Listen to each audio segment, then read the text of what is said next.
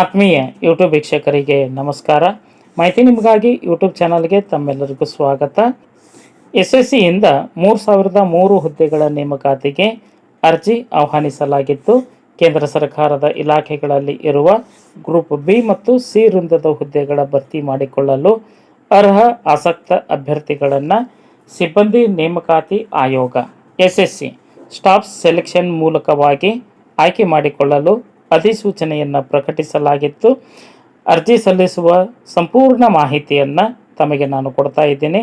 ಮಾಹಿತಿಯನ್ನು ಸ್ಕಿಪ್ ಮಾಡದೆ ಕೊನೆವರೆಗೂ ವೀಕ್ಷಣೆ ಮಾಡಿ. ಹುದ್ದೆಗಳ ವರ್ಗೀಕರಣ, ವಿದ್ಯಾ ಅರ್ಹತೆ, ಅರ್ಜಿ ಶುಲ್ಕ, ಪರೀಕ್ಷಾ ಕೇಂದ್ರಗಳು ಹಾಗೂ ಇತರ ಎಲ್ಲ ಸಂಪೂರ್ಣ ಮಾಹಿತಿಯನ್ನು ತಮಗೆ ನಾನು ಕೊಡ್ತಾ ಇದ್ದೀನಿ. ಅದಕ್ಕಿಂತ ಮುಂಚಿತವಾಗಿ ಯಾರು ಮಾಹಿತಿ ನಿಮಗಾಗಿ ಯೂಟ್ಯೂಬ್ ಚಾನಲನ್ನು ಫಸ್ಟ್ ಟೈಮ್ ವೀಕ್ಷಣೆ ಮಾಡ್ತಾ ಇದ್ದೀರೋ ಸಬ್ಸ್ಕ್ರೈಬ್ ಬಟನ್ ಮೇಲೆ ಕ್ಲಿಕ್ ಮಾಡಿ ಬೆಲ್ ಐಕನನ್ನು ಒತ್ತಿ ಆಲ್ ಅಂತಕ್ಕಂಥ ಆಪ್ಷನ್ಸ್ ಆಯ್ಕೆ ಮಾಡಿಕೊಳ್ಳಿ. ನಾನು ಕೊಡ್ತಕ್ಕಂತಹ ನೇಮಕಾತಿ ಪ್ರಕಟಣೆಗಳು, ಸ್ಪರ್ಧಾತ್ಮಕ ಪರೀಕ್ಷೆಗಳ ಪಾಠಗಳು ಹಾಗೂ ಪ್ರಚಲಿತ ಘಟನೆಗಳ GK ಮಾದರಿಯ ಪ್ರಶ್ನೆಗಳು ತಮಗೆ ನೋಟಿಫಿಕೇಶನ್ ಮೂಲಕ ಲಭ್ಯವಾಗುತ್ತವೆ. ಪೂರ್ಣವಾಗಿ ನೋಡಿ ಅನಿಸಿಕೆ ಅಭಿಪ್ರಾಯಗಳನ್ನು ಕಮೆಂಟ್ ಮೂಲಕವಾಗಿ ಫೀಡ್ಬ್ಯಾಕ್ ಕೊಡುವುದಾಗಿದೆ. ಬನ್ನಿ SSCಯಿಂದ ನೇಮಕಾತಿ ಕುರಿತು ತಿಳಿದುಕೊಳ್ಳೋಣ. SSC ಸ್ಟಾಫ್ ಸೆಲೆಕ್ಷನ್ ಕಮಿಷನ್ ಸಿಬ್ಬಂದಿ ನೇಮಕಾತಿ ಆಯೋಗವು 3003 ಹುದ್ದೆಗಳ ನೇಮಕಾತಿಗೆ ಅಧಿಸೂಚನೆಯನ್ನು ಪ್ರಕಟಿಸಲಾಗಿತ್ತು. ಕೇಂದ್ರದ ಇಲಾಖೆ ಅಥವಾ ಸಚಿವಾಲಯಗಳಲ್ಲಿ ಖಾಲಿ ಇರುವ ಗ್ರೂಪ್ ಸಿ ಮತ್ತು ಗ್ರೂಪ್ ಬಿ ವೃಂದದ ಹುದ್ದೆಗಳ ನೇಮಕಾತಿಗೆ ಅರ್ಜಿ ಆಹ್ವಾನಿಸಲಾಗಿತ್ತು. ವಿದ್ಯಾರ್ಹತೆ SLC, PUC ಹಾಗೂ ಪದವಿ ಪಾಸಾದಂತಹ ಅಭ್ಯರ್ಥಿಗಳು ಇವುಗಳಿಗೆ ಅರ್ಜಿ ಸಲ್ಲಿಸಬಹುದಾಗಿದೆ. ಈ ವರ್ಷದ ನೇಮಕಾತಿ ಈಗಾಗಲೇ ಆನ್ಲೈನ್ ಮುಖಾಂತರ ಅರ್ಜಿ ಸಲ್ಲಿಕೆ ಆರಂಭಗೊಂಡಿದ್ದು, ನಿಗದಿತ ದಿನಾಂಕದೊಳಗೆ ತಾವು ಅರ್ಜಿಯನ್ನು ಸಲ್ಲಿಸಬೇಕು. ಕರ್ನಾಟಕವು ಸೇರಿದಂತೆ ದೇಶಾದ್ಯಂತ ಪರೀಕ್ಷಾ ಕೇಂದ್ರಗಳನ್ನು ಸ್ಥಾಪಿಸಲಾಗಿದ್ದು, ಜೂನ್ ತಿಂಗಳಲ್ಲಿ ಕಂಪ್ಯೂಟರ್ ಆಧಾರಿತ ಪರೀಕ್ಷೆಯ ಮೂಲಕವಾಗಿ ಆಯ್ಕೆ ಮಾಡಿಕೊಳ್ಳಲಾಗುತ್ತದೆ.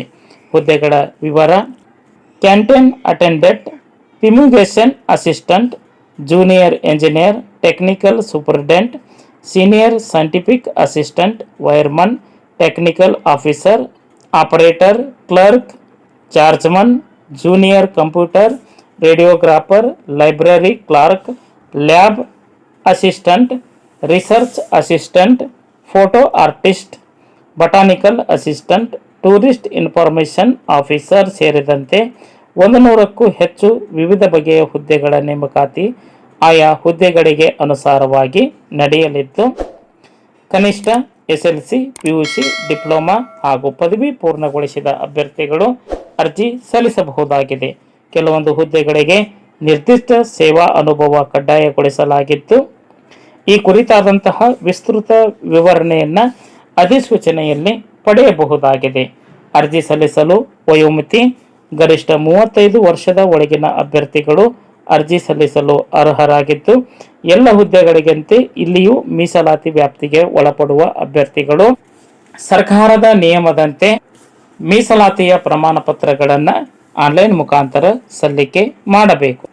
ಅರ್ಜಿ ಶುಲ್ಕ: SC, ST, ಮಾಜಿ ಸೈನಿಕ ಅಭ್ಯರ್ಥಿಗಳನ್ನು ಹೊರತುಪಡಿಸಿ ಉಳಿದ ಎಲ್ಲ ವರ್ಗದ ಅಭ್ಯರ್ಥಿಗಳಿಗೆ 100 ರೂಪಾಯಿ ಅರ್ಜಿ ಶುಲ್ಕವನ್ನು ನಿಗದಿಪಡಿಸಲಾಗಿತ್ತು.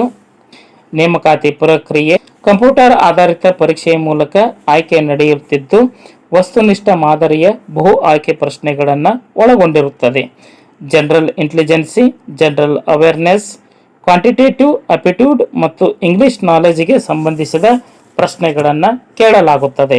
100 ಪ್ರಶ್ನೆಗಳು ಇರುತ್ತಿದ್ದು 200 ಅಂಕಗಳನ್ನು ಇದಕ್ಕೆ ನಿಗದಿಪಡಿಸಲಾಗಿತ್ತು.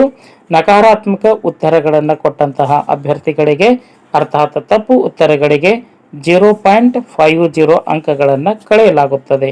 ಹಿಂದಿ ಅಥವಾ ಇಂಗ್ಲಿಷ್ನಲ್ಲಿ ಮಾತ್ರ ಪರೀಕ್ಷೆ ಬರೆಯಬಹುದಾಗಿತ್ತು. ಕರ್ನಾಟಕ ರಾಜ್ಯದಲ್ಲಿನ ಪರೀಕ್ಷಾ ಕೇಂದ್ರಗಳು ಬೆಂಗಳೂರು, ಬೆಳಗಾವಿ, ಕಲಬುರಗಿ, ಮಂಗಳೂರು, ಮೈಸೂರು, ಶಿವಮೊಗ್ಗ, ಹುಬ್ಬಳ್ಳಿ ಮತ್ತು ಉಡುಪಿ. ಅರ್ಜಿ ಸಲ್ಲಿಸುವ ಸಂದರ್ಭದಲ್ಲಿ ಆನಂತರ ನೇಮಕಾತಿ ಪ್ರಕ್ರಿಯೆಗೆ ಸಂಬಂಧಿಸಿದಂತೆ ಏನಾದರೂ ಅಭ್ಯರ್ಥಿಗಳಿಗೆ ಸಹಾಯವಾಣಿ ಸಂಖ್ಯೆಯನ್ನು SSC ನೀಡಲಾಗಿತ್ತು. ಸಹಾಯವಾಣಿ ಸಂಖ್ಯೆ 1880 3093063 ಈ ಒಂದು ಸಹಾಯವಾಣಿ ಸಂಖ್ಯೆಯನ್ನು ಕಚೇರಿ ಸಮಯದ ಅವಧಿಯೊಳಗೆ ಪಡೆದುಕೊಳ್ಳಬೇಕಾಗಿತ್ತು. ಅರ್ಜಿ ಸಲ್ಲಿಸಲು ಹೆಚ್ಚಿನ ಮಾಹಿತಿಯನ್ನು ಪಡೆದುಕೊಳ್ಳಲು SSCಯ ಅಧಿಕೃತ ವೆಬ್ಸೈಟ್ ವಿಳಾಸ https://ssc.government.in ಈ ಒಂದು ವೆಬ್ಸೈಟ್ ವಿಳಾಸವನ್ನು ಸರ್ಚ್ ಮಾಡಿ ಮಾಹಿತಿಯನ್ನು ಪಡೆದುಕೊಂಡು ಓದಿ ಅರ್ಥೈಸಿ ನಿಗದಿತ ದಿನಾಂಕದೊಳಗೆ ಅರ್ಜಿ ಸಲ್ಲಿಸಬಹುದಾಗಿದೆ. ಅರ್ಜಿ ಸಲ್ಲಿಸಲು ಕೊನೆಯ ದಿನಾಂಕ 4/5/2026. ಶುಲ್ಕ ಪಾವತಿಗೆ 5/5/2026. ಅರ್ಜಿ ತಿದ್ದುಪಡಿಗೆ ಅವಕಾಶ 11/5/2026ರಿಂದ 13/5/2026ರವರೆಗೆ ಅರ್ಜಿ ತಿದ್ದುಪಡಿ ಮಾಡಿಕೊಳ್ಳಲು ಅವಕಾಶವನ್ನು ಕಲ್ಪಿಸಿಕೊಡಲಾಗಿತ್ತು. ಈ ಎಲ್ಲ ಸಂಪೂರ್ಣ ಮಾಹಿತಿಯನ್ನು ಅಭ್ಯರ್ಥಿಗಳು ನೋಡಿ ಓದಿ ತಿಳಿದುಕೊಂಡು ಸ್ವನಿರ್ಧಾರದ ಮೇಲೆ ಯಾವ ಹುದ್ದೆಗೆ ಅರ್ಜಿ ಸಲ್ಲಿಸಬೇಕು ಎಂಬುದನ್ನು ನಿಗದಿತ ದಿನಾಂಕದೊಳಗೇ ತೀರ್ಮಾನಿಸಿ ಆನ್ಲೈನ್ ಮುಖಾಂತರ ಅರ್ಜಿ ಸಲ್ಲಿಸಬೇಕಾಗುತ್ತದೆ. ಮಾಹಿತಿ ಇಷ್ಟ ಆಗಿತ್ತು ಅಂದ್ರೆ ಲೈಕ್ ಬಟನ್ ಮೇಲೆ ಕ್ಲಿಕ್ ಮಾಡಿ ಮಾಹಿತಿಯನ್ನು ತಮ್ಮ ಸ್ನೇಹಿತರಿಗೆ ಶೇರ್ ಮಾಡಿ. ಯಾರಿಗಾದರೂ ಈ ಮಾಹಿತಿ ಉಪಯೋಗ ಆಗಬಹುದು. ಮಾಹಿತಿ ಕುರಿತು ಏನಾದರೂ ಅನಿಸಿಕೆ ಅಭಿಪ್ರಾಯಗಳು ಇತ್ತು ಅಂದ್ರೆ ಕಮೆಂಟ್ ಮೂಲಕವಾಗಿ ಫೀಡ್ಬ್ಯಾಕ್ ಕೊಡಬಹುದಾಗಿದೆ. ಅಭ್ಯರ್ಥಿಗಳು ಗಮನಿಸಬೇಕಾದಂತಹ ಒಂದಿಷ್ಟು ವಿಷಯಗಳನ್ನು ತಮ್ಮ ಜೊತೆ ನಾನು ಹಂಚಿಕೊಳ್ತಾ ಇದ್ದೀನಿ. ಇದು ಕೇಂದ್ರದ ಅಧೀನದಲ್ಲಿರುವ ಹುದ್ದೆಗಳಿಗೆ ನಡೆಯುವ ನೇಮಕಾತಿ ಆಗಿರುತ್ತದೆ. ಅರ್ಜಿ ಸಲ್ಲಿಸುವ ಸಮಯದಲ್ಲಿ ಪರೀಕ್ಷಾ ಕೇಂದ್ರ ಆಯ್ಕೆ ಮಾಡಿದ ಬಳಿಕ ಮತ್ತೆ ಬದಲಾಯಿಸಿಕೊಳ್ಳಲು ಅವಕಾಶ ಇರುವುದಿಲ್ಲ. ಅರ್ಜಿ ಸಲ್ಲಿಸುವ ಅಭ್ಯರ್ಥಿಗಳು ತಮ್ಮ ಸ್ವಸ್ಥಳದಿಂದ ಸಮೀಪದಲ್ಲಿರುವಂತಹ ಪರೀಕ್ಷಾ ಕೇಂದ್ರವನ್ನು ಆಯ್ಕೆ ಮಾಡಿಕೊಳ್ಳುವುದು ಅತ್ಯಂತ ಅವಶ್ಯಕವಾದಂತಹ ಒಂದು ಕಾರ್ಯವಾಗಿರುತ್ತದೆ.